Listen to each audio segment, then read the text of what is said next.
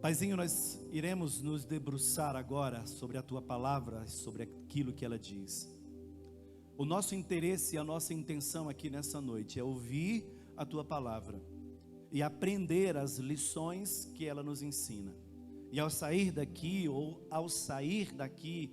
nós venhamos colocar em prática aquilo que aprendemos. Porque esse é o motivo e a razão pelo qual o Senhor nos traz todas as quintas-feiras aqui. Aqui nós vemos o Senhor operar, agir, fazer grandes coisas. Mas eu sei que nós também podemos ser usados por Ti, para que o Teu nome seja exaltado e glorificado nessa cidade, na nossa casa, na nossa família, em qualquer lugar onde nós estivermos. Então nós colocamos o nosso coração na dispensação do Teu Espírito. A nossa vida nessa noite, ó Pai, nós colocamos totalmente nas mãos do Senhor. Nos ensine, nos corrija, nos admoeste, nos mostre o caminho, para que ao sair deste lugar, nós saibamos fazer as melhores escolhas para conduzir a nossa vida. Amém. Vou ler nessa linguagem que a que eu coloquei aqui é diferente. Vós, porém, dizendo e falando a respeito de mim e de você. Vós, porém, sois raça eleita. Eu separei, eu escolhi você. Dentre todos, é a você que eu escolho. Sacerdócio real. Você tem governo relacionado a tudo aquilo que você receber de mim. Eu te dou e você administra. Nação santa, povo de propriedade exclusiva de Deus, de mais ninguém. Se nós somos santos, nós pertencemos unicamente a Deus e a mais ninguém, a fim de proclamardes as virtudes daquele que vos chamou das trevas para a sua maravilhosa luz. A salvação, ela não tem fim ou um fim em si mesmo.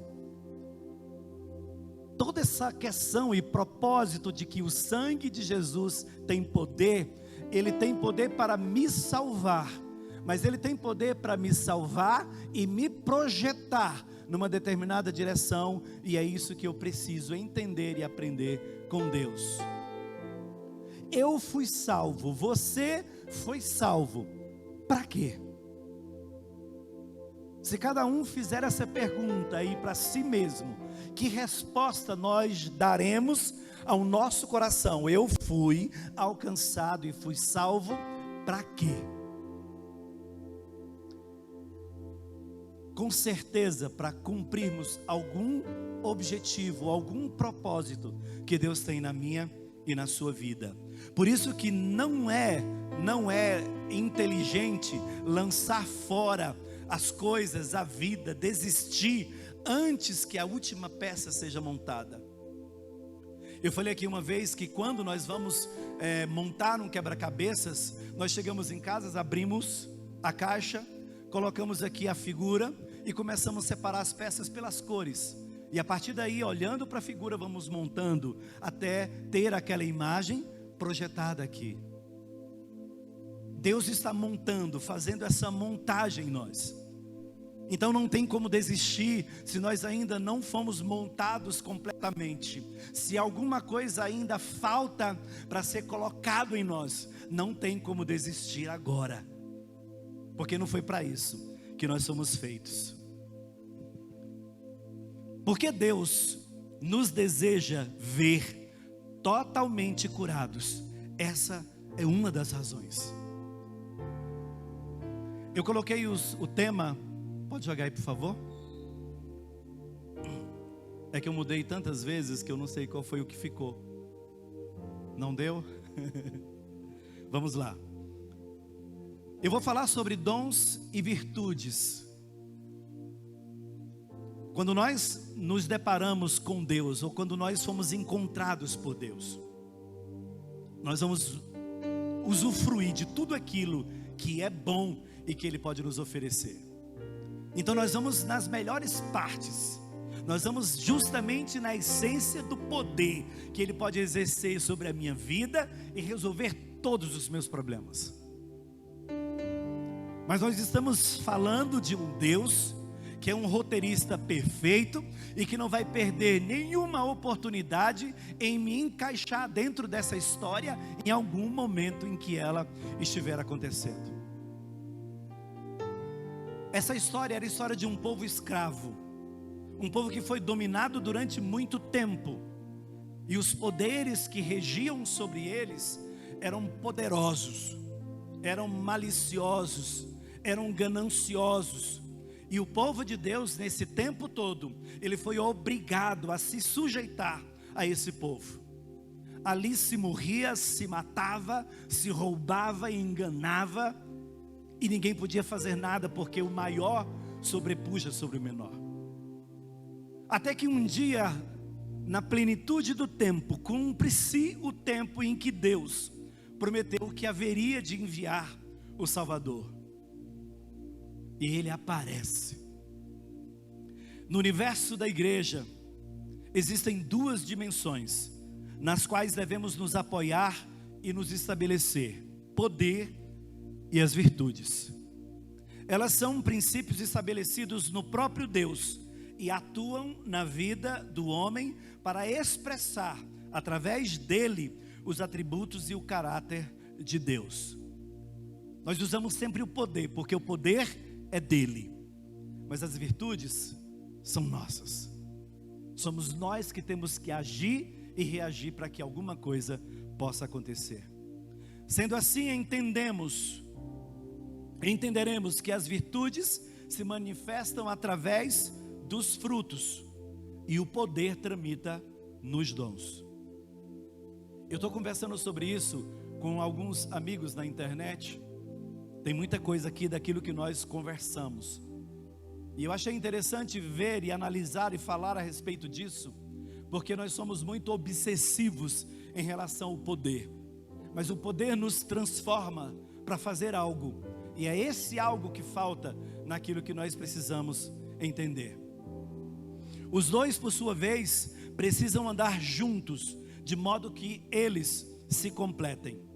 Porque se temos uma igreja fundamentada somente em dons, nós geraremos uma família mais voltada para o poder pentecostal e movimentos espirituais. Se tudo na minha vida volve e gira em torno de poder, é isso que eu vou virar. Por outro lado, se vivermos no universo da igreja, desprezando os dons e caminhando apenas nas virtudes, teremos uma igreja, ainda que moral e eticamente bem fundamentada, nós a impediremos de crescer na plenitude do reino. Então nós temos aqui que unir essas duas coisas: o poder que transforma e a transformação que gera vida, e gera vida no outro, que esse é o objetivo de Deus. Falando do poder, a Bíblia nos diz que na plenitude do tempo em que Jesus ele abandonou a sua glória que possuía no céu, veio à terra em forma humana, e assim viveu e experimentou todas as mazelas a que se submete o nosso corpo em suas limitações, para cumprir a missão de resgate do homem. Jesus, ele vai se sujeitar a tudo aquilo que nós hoje somos sujeitos. E o que Deus na verdade quer mostrar com isso é que Jesus, na figura do segundo Adão, ele vai nos provar por A mais B que um homem feito de carne pode obedecer uma ordem dele. Porque foi exatamente isso que aconteceu lá no paraíso. Quando Deus formou tudo, colocou o homem no jardim e disse para ele que ele tinha domínio, ele poderia governar sobre tudo ali, ele o fez muito bem. Ele só falhou no momento em que ele, nas suas virtudes, teria que tomar a escolha mais importante da sua vida. Na hora de fazer a escolha, o poder de Deus não se manifesta, são as minhas virtudes que têm que ser experimentadas e colocadas em prática. É por isso que às vezes aqui nós somos super-heróis, porque aqui nós cantamos, louvamos, ouvimos a palavra, aqui é poder total. Quando saímos lá fora, tudo aquilo que foi gerado em nós aqui tem que ser experimentado lá e expressado através das nossas virtudes. Sendo ele, eu vou ler Gálatas capítulo 4, de 4 a 7. Vindo, porém, à plenitude do tempo, Deus enviou seu Filho nascido de mulher, nascido sob a lei, para resgatar os que estavam sob a lei, a fim de que recebêssemos a adoção de filhos. E porque vós sois filhos, enviou Deus. E porque vós sois filhos, enviou Deus ao nosso coração o Espírito de seu Filho que clama, Abba, Pai. De sorte que já não és escravo, porém filho, e sendo filho também herdeiro de Deus. Aí que está o problema. Nós dividimos a herança, mas não compartilhamos das responsabilidades. Informação é igual a responsabilidade. Ao sairmos daqui, cumpre a cada um de nós colocar em prática aquilo que nós ouvimos lá, onde nós trabalhamos, estudamos, tiramos as nossas férias, através das nossas virtudes. Quando o mundo olhar para nós e enxergar unidade e todas as coisas que Deus colocou em nós, ele vai saber que de fato Deus é grande e é poderoso. Sendo ele Deus, e agora vivendo em um corpo de homem, pesava sobre ele a decisão de prosseguir obedecendo aos princípios celestiais e continuar se comportando como Deus, ou se manifestar em poder, ou deixar tudo isso e obedecer ao propósito fundamental da sua vida, da sua vinda, e revelar a sua virtude aos homens. Lembra que no início eu falei a respeito do sofrimento que o povo de Deus teve e por muitos anos e muitos séculos esperou uma libertação que haveria de vir. Quando chega a plenitude do tempo e esse tempo se cumpre, Deus envia o seu filho para vir aqui e resolver o problema de um filho que está sendo escravizado e ele precisa ser libertado. E quando Jesus chega, todo mundo entra em crise, porque Jesus vem e não age do modo como eles queriam. Jesus, ele não veio simplesmente para mostrar que ele é poderoso, que ele é Deus. Tanto é que ele insistiu muitas vezes em não se dizer Deus, porque ele queria que, como homem, ele fosse visto capaz de obedecer às determinações de Deus para nossas vidas. Se o primeiro Adão cometeu a sua falha, desobedecendo quando tinha que fazer uma escolha importante, o segundo Adão teria que nos surpreender e mostrar que é possível obedecer a Deus vivendo nessa estrutura.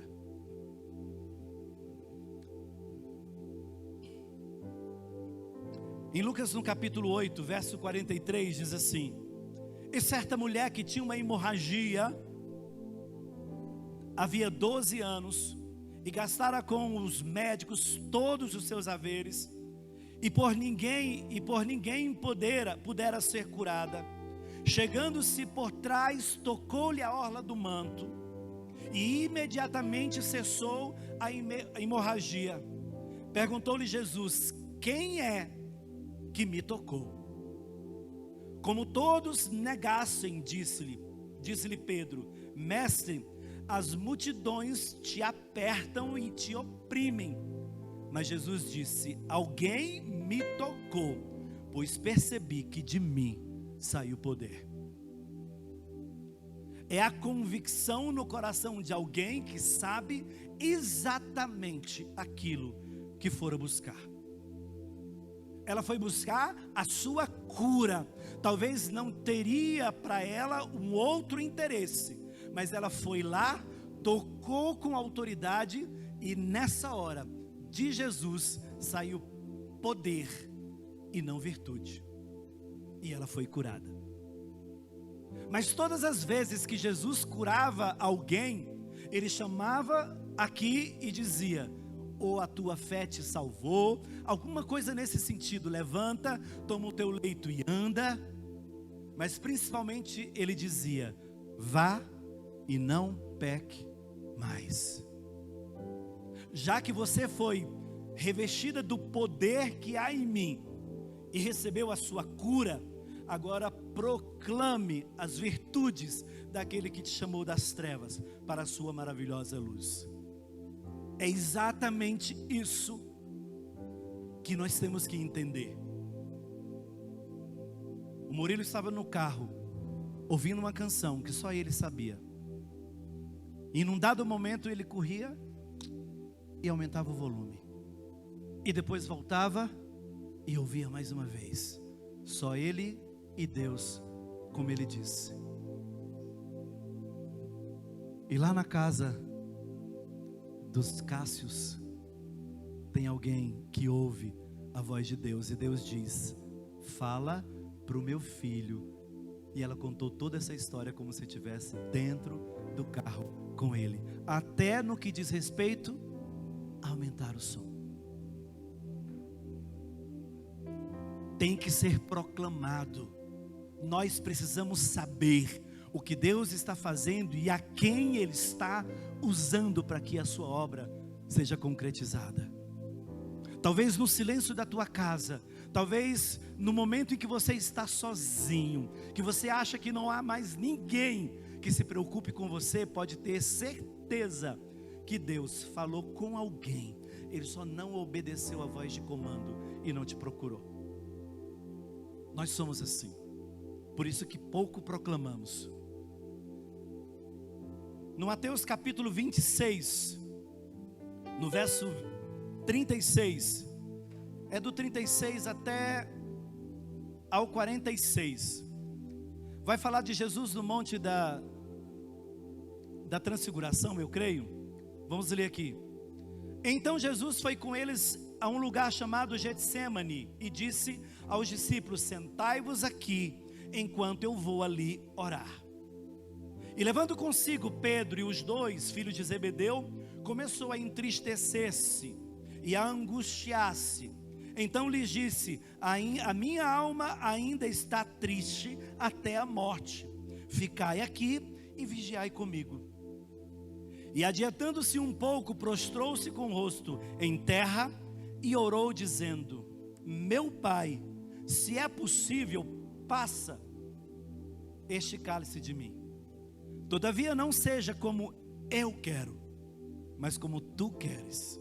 Lá no 41 ele vai repetir isso novamente: vigiai e orai para que não entreis em tentação. O espírito na verdade está pronto, mas a carne é fraca. Retirando-se mais uma vez, orou dizendo: pai, se este cálice não pode passar sem que eu beba, faça-se a tua vontade. Jesus, ele pode estar aqui olhando para si. Ele pode estar fazendo uma análise de si mesmo e entender que em outro ambiente, em outro lugar, ele não é um ser dominado. Ele é o Todo-Poderoso. Ele resolve os problemas. É Ele que faz todas as coisas. É Ele que faz forte ao cansado. Ele é aquele que restaura as forças, aquele que não tem nenhum vigor. Então Ele é Deus, Ele tem poder. E Ele entende isso quando está falando essas coisas. Ele diz: pai, eu entendo que se eu usasse o meu poder, eu resolveria esse problema. Mas agora não é a hora, né, pai?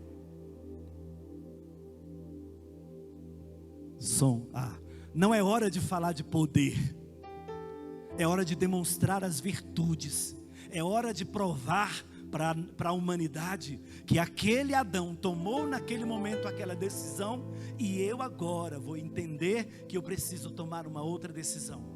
Se não é possível, se através de outra forma, que não seja pelo poder, não tem uma maneira de eu me libertar, então que seja feita conforme a vontade do Senhor. Eu decido obedecer.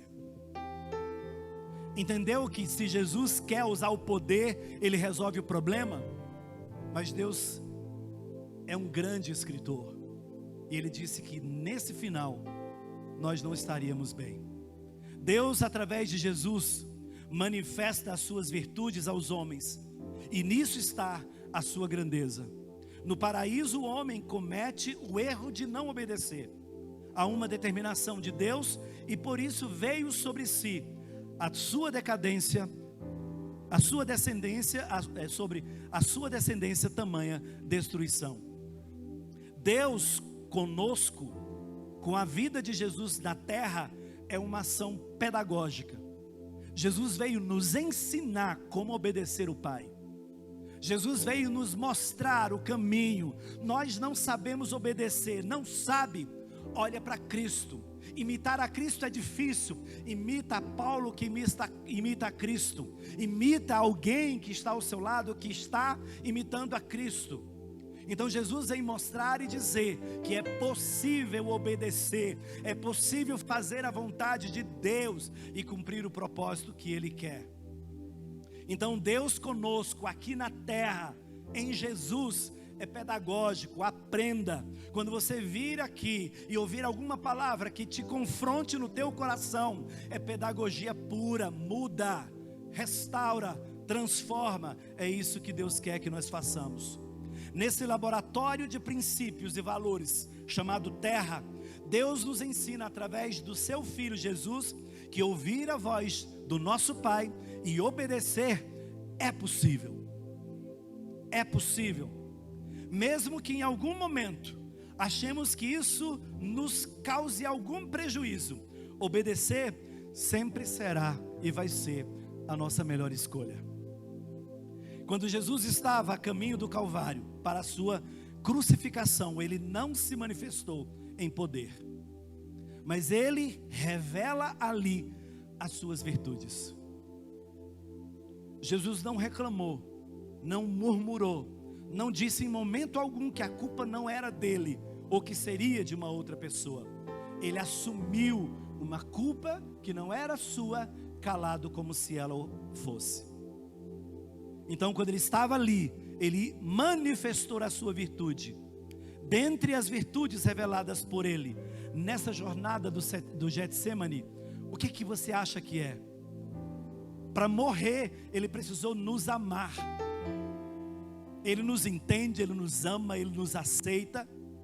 Nós gastamos todos os nossos bens. Nós somos o filho que saiu de casa.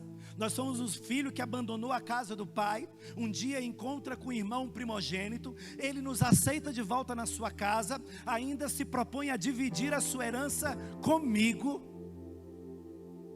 É isso que Jesus tem que decidir quando Ele está indo para o Calvário. Ele tem que compartilhar com quem não tem nada para oferecer tudo aquilo que ele tem. Porque hoje em dia, se você sair um pouquinho dessa realidade cristã que nós vivemos, os filhos dos advogados casam com os filhos dos advogados. Os filhos dos juízes estão acampados ali ao lado dos outros filhos dos outros juízes. O empresário casa a sua filha também com o outro, porque aí ele junta os seus bens e regalam na vida. Eles vão ser super, ninguém vai ser maior do que eles. A fortuna tende a crescer ainda mais. Jesus, ele vem de um reino celestial, onde o seu Pai é dono de todas as coisas. Ele nos encontra sem nada para oferecer, e sem que eu pergunte, Ele se propõe a dividir tudo aquilo que Ele tem conosco, inclusive a sua vida, porque nós antes estávamos mortos. Ele tira da sua vida para oferecer para nós. Poder é aquela força sobrenatural que abre os olhos aos cegos, que faz os surdos ouvirem e que ao mesmo tempo acalma a tempestade e faz grandes coisas. Mas mesmo tendo autoridade para acessá-lo em seu favor, Jesus preferiu fazer uso das suas virtudes e obedecer. Jesus, quando realizava os seus milagres, eu já disse, ele dizia àqueles que experimentavam do seu poder na cura que recebiam: vá e não peques mais. Com isso ele está querendo dizer: manifeste também a bondade de Deus através das suas ações. Mostre que você foi curado. e fala da bondade daquele que te curou. Mostra as virtudes deste homem, para que o mundo possa conhecer quem ele é. Não vou demorar. Efésios capítulo 2, versos 10 a 17, são pequenos. Pois somos feituras dele, criados em Cristo Jesus para boas obras. Nós somos gerados para trabalhar, para gerar frutos, para gerar filhos para Deus. Não tem outra coisa. Você pode buscar o que você quiser para alegrar o teu coração, mas não se esqueça de que você foi criado para cumprir um propósito. Efésios, na verdade, é só o 10, tá? 2:10. Tiago 2, 14 ao 17, aí, corrigindo. Meus irmãos, qual é o proveito se alguém disser que tem fé, mas não tiver obras? Pode acaso semelhante fé salvá-lo?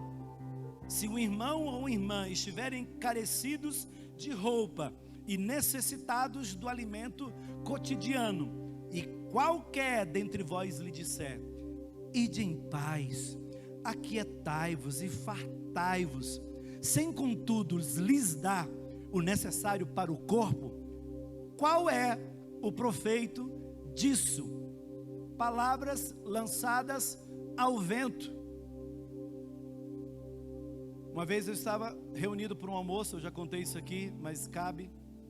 Oramos, nós tínhamos uma comida, um peixe assado para comer, e a pessoa que foi orar disse o seguinte: Deus, muito obrigado, porque o Senhor é aquele que supre tudo na nossa vida. O alimento que nós temos à mesa é o Senhor que nos dá. Muito obrigado, o Senhor é bom. Abençoa, Deus, os órfãos e as viúvas. Eu mandei calar a boca. Eu falei: você sabe onde é que a viúva mora? Para que orar pela viúva se virou 2 ruas, encontrou ela na próxima esquina?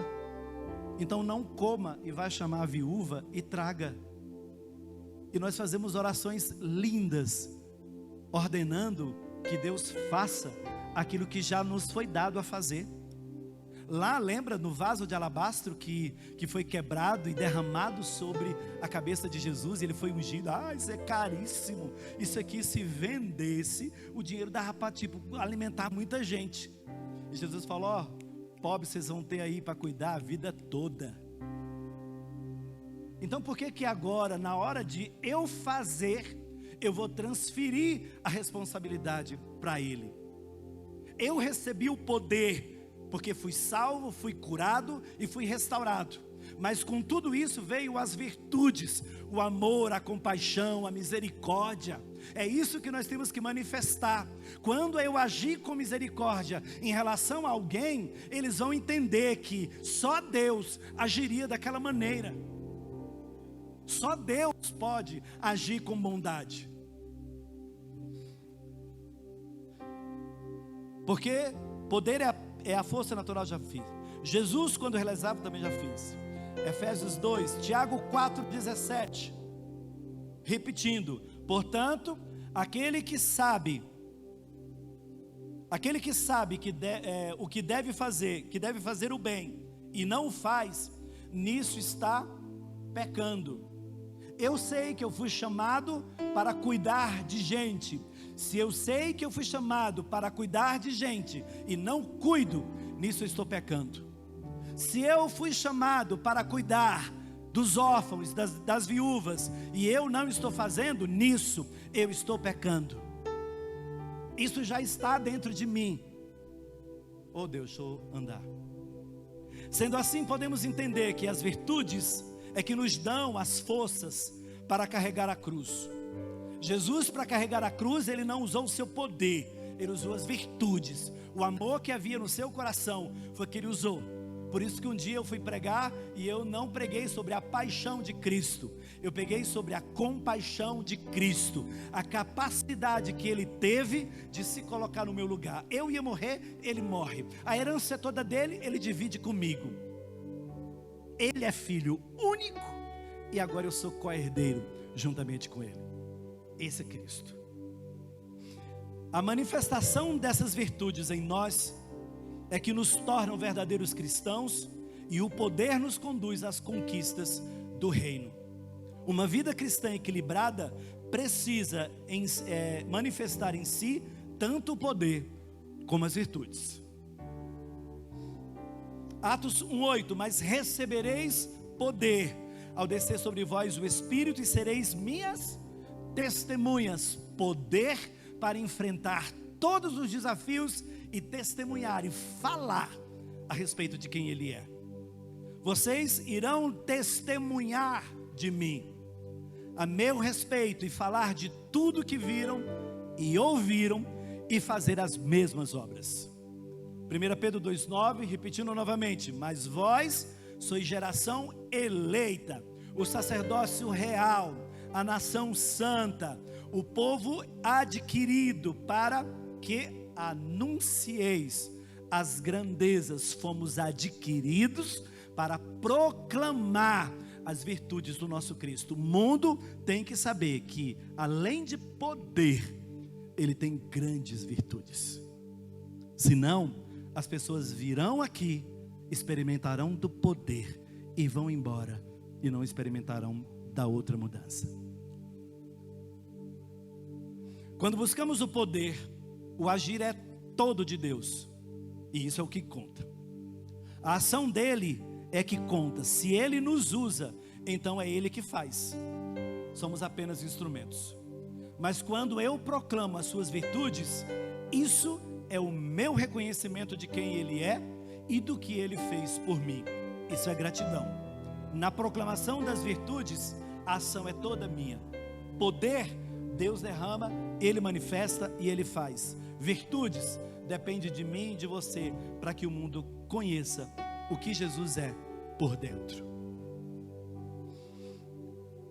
Quando nos apegamos demasiadamente a buscar somente o poder de Deus e não aplicamos diligentemente as virtudes aprendidas através de suas ou de nossas ações em nosso coração, nos tornaremos uma igreja débil e limitada em todos os seus propósitos.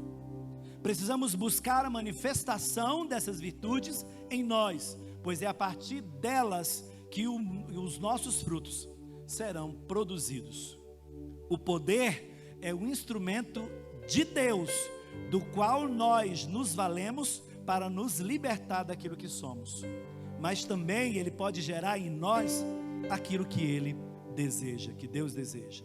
Quando Deus, através do poder do sangue de Jesus Cristo, derramado na cruz do Calvário, realizar em tua vida os seus milagres, levanta, toma o teu leito e vá proclamar as virtudes daquele que vos chamou das trevas para a sua maravilhosa luz.